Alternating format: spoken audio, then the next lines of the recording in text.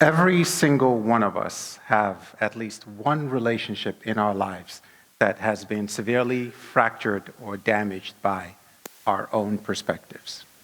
For example, my wife and I have been married for 13 years, but for the longest time, our relationship was fractured. It's like we knew we loved each other, but we would always fight whenever we couldn't see each other's perspectives. One of these perception fights we had was about standing in line for tacos. You see, Sarah is from the South. So from her perspective, a line for food means the food is going to be damn good, and we're going to go eat there. I am from Nigeria. From my perspective, a line for food means poverty. It reminds me of a time when I stood in line with my mom and my brother, begging for bread. So unable to see each other's perspectives, Sarah and I sat in the car and had a fight for what felt like an hour about standing in line for tacos. Now, you guys know that fight wasn't about the tacos, right? We were having what I call a perception fight because we were experiencing the same thing, a line for food from two different perspectives. Now, here's what they don't tell you. They don't tell you that these perception fights begin to poke tiny holes all through the relationship that collectively form a fracture that breaks the relationship. I think the light bulb moment that saved our marriage was when we both realized that like 95% of what we thought were communication problems in the relationship were actually perception and empathy problems. I have also been frustrated at work because I had a boss who, from my perspective, didn't seem to care that my team and I were slaying dragons to get the job done. And I have also been frustrated because I have had friends that I've had to cut out from my life because someone said or did something that frankly just rubbed me the wrong way. Now, I am not the only person in the world who experiences these fractures to relationships caused by perception. I'm willing to bet that you do too. It may not be your spouse, a friend, or a coworker, but somewhere in your life, there's a relationship with someone that's severely broken simply because they don't believe that you care to see their perspective, and you for sure don't believe they care to see yours. So I'm here today to share an idea that I believe can help you because it's helped me. Today, I want to change the way you think about empathy. Now, it's safe to say that everyone in here knows what empathy is, right? The ability to put yourself in somebody else's shoes. And everyone in here has the capacity to give and to receive empathy. So now I want you to think about the relationships in your own life. I want you to think about the relationships you have with your own friends, family, coworkers. In any of those relationships, has there ever been a moment where you gave the other person empathy, but they didn't give it back to you? What I mean by that is, has there ever been a moment where you were able to see the other person's perspective, but they just couldn't see yours? And did that moment lead to its own perception fight? Or were you just so certain that this person didn't care to see your perspective, it wasn't even worth having to fight at all? You see, empathy is an essential ingredient in what makes human relationships work. So if this scenario, the empathy fight, has felt all too familiar in any of your relationships, that's okay, because you're actually not alone. In 2021, Ernst & Young conducted an empathy in business survey to track how empathy affects leaders, employees, and innovation in the workplace. Of the 1,000 people in this survey, 54% said they had left a previous employer because they had a boss who showed no empathy to the struggles they were having at work. 49% said they had left a previous employer because they had a boss who showed no empathy to the struggles they were having at home. Researchers at the University of Michigan conducted a separate empathy survey, and of the 14,000 students in this survey, they found that over the past 20 years, empathy levels had declined by 48%, and the students' ability to simply just put themselves in the shoes of others declined by 34%. Guys, I don't know about you, but these studies on empathy had me feeling like 50% of Americans for sure are self-centered narcissists. Right? Why is it that this many of us are failing at a skill that is so fundamental to human relationships? And despite why you might think there's an empathy deficit in the world today, I couldn't help but think that there was something painfully obvious we were all missing here. By a show of hands, how many of you wish you got more empathy from your relationships at work, at home, and in the world? Just raise your hands. It's like the entire room. That's my point. That's the punchline. You want people to give you empathy, and you want them to see your perspective, right? Fair. But what if I told you that you should not expect anyone to give you empathy if you're not going to give it back, and you should not expect anyone to see your perspective if you're not going to see theirs? As it turns out, there's a disconnect in the way we think about empathy, which is now leading to the disconnect in the way we practice empathy. The idea to solve this disconnect is super simple, but it does require that you think about empathy from the perspective of logic and math. I call it the empathy equation, E equals P squared. Let me define the terms. If you asked anyone in the world today to define empathy, they would define it as the ability to put yourself in somebody else's shoes, to see other people's perspective. And if we simplify this definition of empathy into a math equation, a simple math equation, it would be E equals P, empathy equals perspective. And generally, this is how everyone in the world today understands and practices empathy. The problem with this formula, E equals P, is that it is incomplete because it forces you to give empathy as if you are giving a monologue. E equals P places an unbalanced emphasis on one person to put themselves in the shoes of others, to give them empathy and to see their perspective, but it places absolutely no emphasis on the person getting it to give it back. Like I said, you should not expect anyone to give you empathy if you're not going to give it back, and you should not expect anyone to see your perspective if you're not going to see theirs. Empathy is a dialogue, and the complete equation for it is E equals P squared.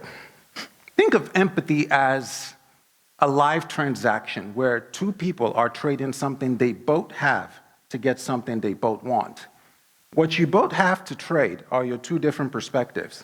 What you both want is empathy. Until both people in this transaction have completed, given, and received empathy, the equation is not complete.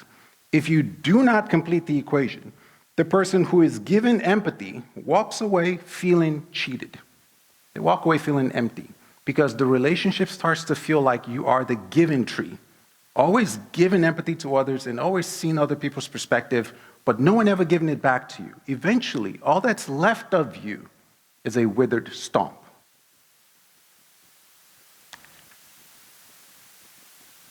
Let me illustrate the terms. There are very few relationships in your life where the power dynamic is going to be equal. And when trying to come up with examples, I could only think of two: friendships and partnerships.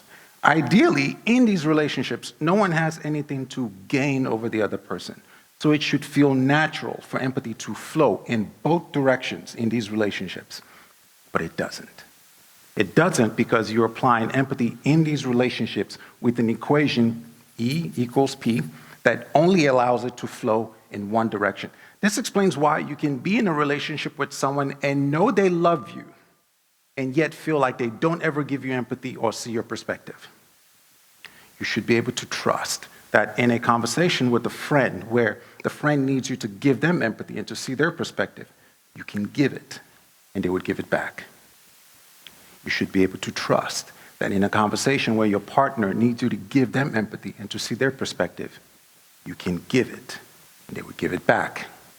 But with a divorce rate at 56% and reports today of more loneliness than we've ever seen in the world, one of two things have to be true. We are really all just self-centered narcissists, even in our most intimate relationships, or we don't understand empathy as well as we think we do. I really hope it's the second. So if it's this difficult for empathy to flow in both directions in the relationships where it naturally should, imagine how difficult it is for empathy to flow in these relationships where E equals P creates an unbalanced emphasis for it to only flow in one direction. We expect bosses and leaders to give empathy to their employees and to see things from the employee's perspective. We expect our employees to give empathy to our customers and to see things from the customer's perspective. We expect parents to give empathy to their child or their children and to see things from the child or the children's perspective. We expect our teachers to give empathy to the students and their parents and to see things from their perspective. We expect doctors, nurses to give empathy to the patient and to see things from their perspective. But what if those who receive empathy complete the equation and give it back? How would you feel if you were a doctor or nurse and in the same conversation where you gave a patient empathy, they gave it back and they saw your perspective? How would you feel if you were a teacher and in the same tough, challenging conversation where you gave empathy to a student and their parent, they gave it back and they saw things from your perspective? How would you feel if you were a parent and in the same conversation where you gave your child empathy, they gave it back and saw your perspective? How would you feel if you were an employee or an associate in a business and when you gave a customer empathy, they gave it back and saw your perspective? How would it feel? How would you feel if you were a leader, a boss in a business, and in the same time where you gave a team member or employee empathy, they gave it back and saw things from your perspective? The equation is not complete until both people have given and received empathy.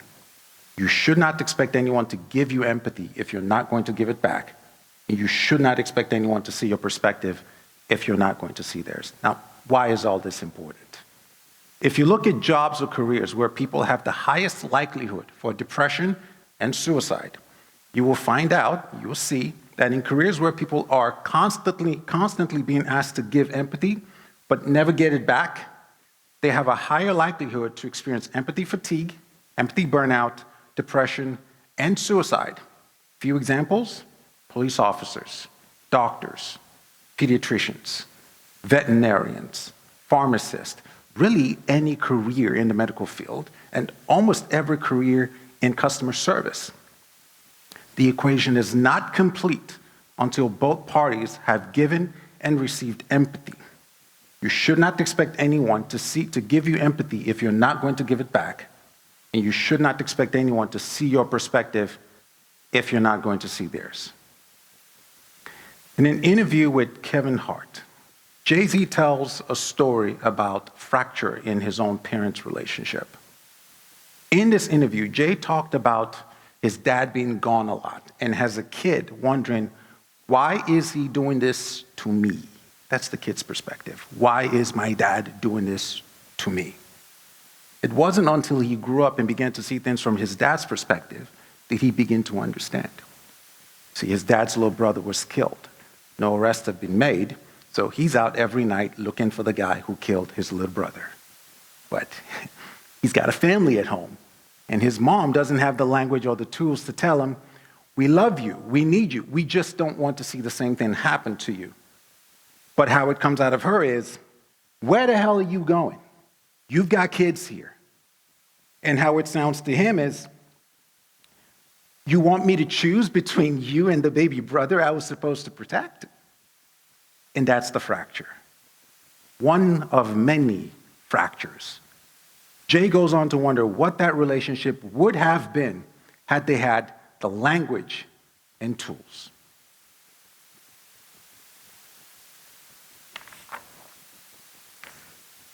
Guys, I could have had a conversation with you today about the big ways we miss empathy in the world. War, racism, the Holocaust, slavery, the pain we inflict on each other in the name of politics and religion. There are many examples in the world of how we have gotten empathy wrong on a massive scale. I do not want to downplay the importance of that conversation. But what I wanted to do today was have a conversation with you about empathy in the places where we experience like majority of our lives. Because if you cannot get empathy right in your own homes, what chance do you really think the world has? I want to hope that empathy in the world gets better.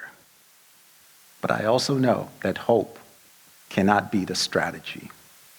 That is why today I have given you the language and the tools to resolve conflict and build trust in your own relationships.